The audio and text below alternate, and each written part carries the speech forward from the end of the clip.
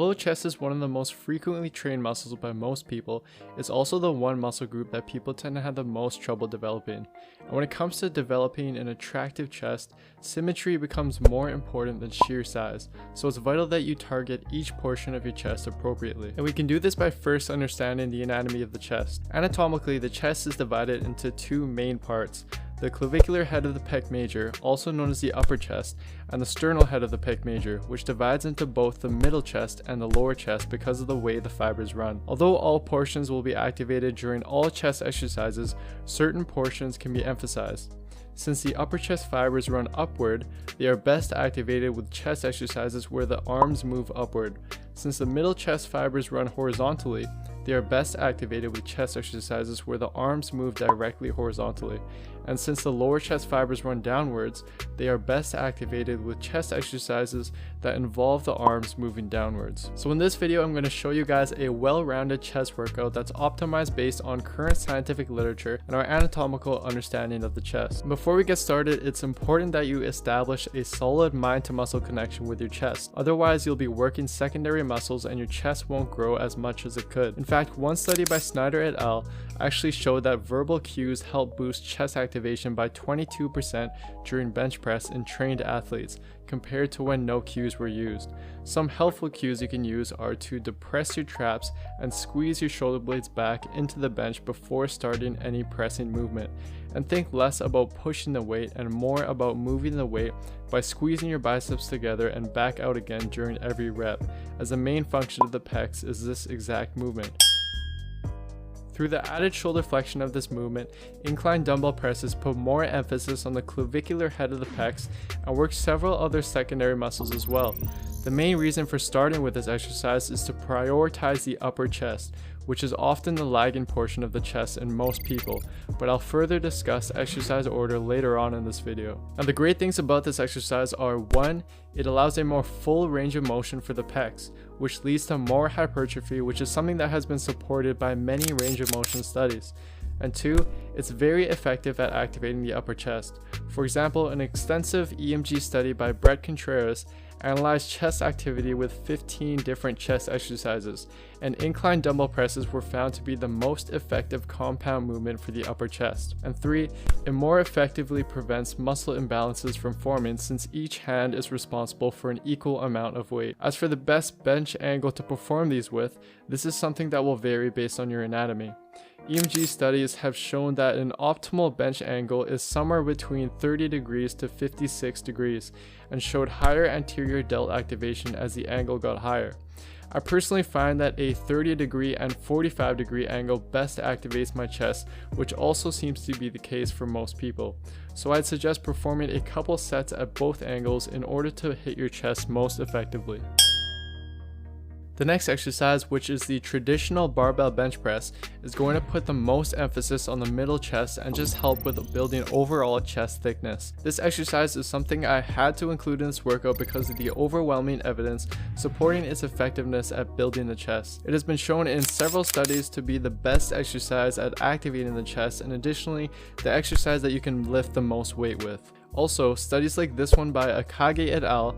Also show a positive correlation between 1 rep max bench press with the size of the pectoralis major, indicating that a strong bench does indeed equate to a big chest in many cases. And regarding form, you definitely want to come down to your chest for a full range of motion, since as I mentioned earlier, this is more effective for hypertrophy than shorter ranges of motion. However, the main problem I find with the bench press is that some people respond very well to it, yet others tend to overcompensate with the delts regardless of their form and various use of activation cues, which I personally think comes down to their individual anatomy.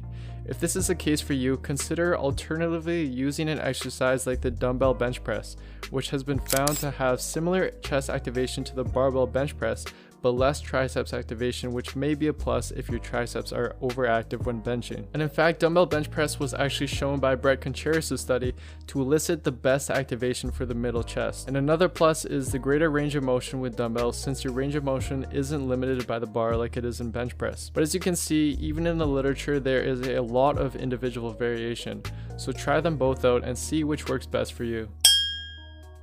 The next exercise is going to be dips, which was shown in Brett Contreras' study to be the most effective exercise for hitting the lower chest, which makes sense given that your shoulder is put in an extended position. I personally prefer this variation called straight bar dips, as I feel it a lot more in my lower chest, probably due to the added internal rotation during the movement, which is another main function of the lower chest, and it also gives my core a really good workout.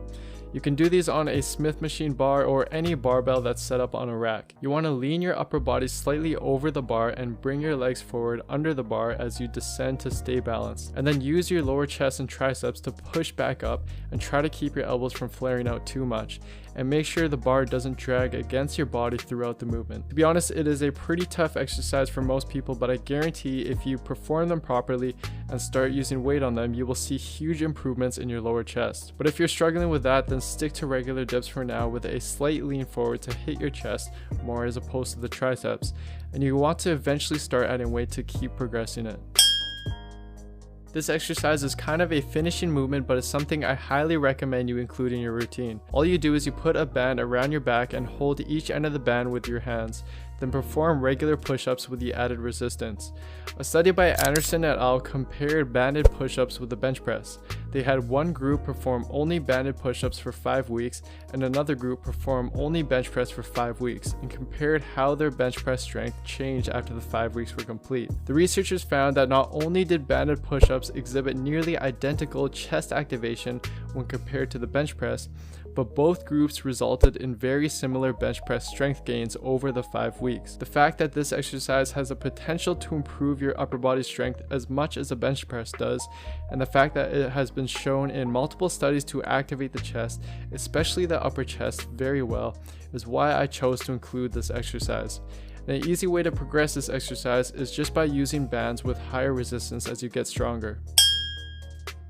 The last exercise is going to put more emphasis on the sternal head of the pecs, so both the middle and lower chest will be emphasized. High to low cable crossovers have been shown in a few studies like this one by Shank et al.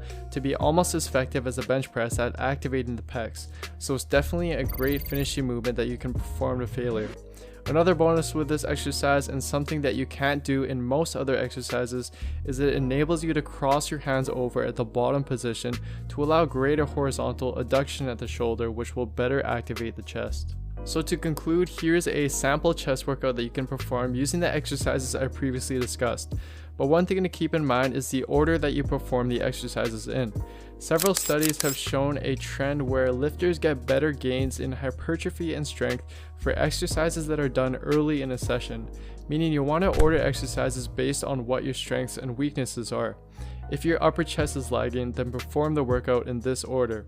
If your mid-chest and overall thickness is lagging, then perform the workout in this order. And if your lower chest is lagging, then perform the workout in this order. This will help prioritize weaknesses and help balance out your chest more. Thanks for watching, guys. I hope you enjoyed the video. One important thing to keep note of, and something that I noticed in both my personal experience and in my review of the literature, is that there is a lot of individual variation when it comes to the best exercises for the chest. For example, anatomical things like how far down your pec inserts onto your humerus can actually determine if bench press will be a good option for you or not. So although results from studies may apply to most people, they don't account for each individual, which is why I highly recommend that you guys just try out a bunch of different chest exercises and see which one best activates your chest. And with that being said, I put in a lot of time and effort into this video, so if you could please support me by giving the video a like, leaving a comment, and sharing the video, I would really appreciate it.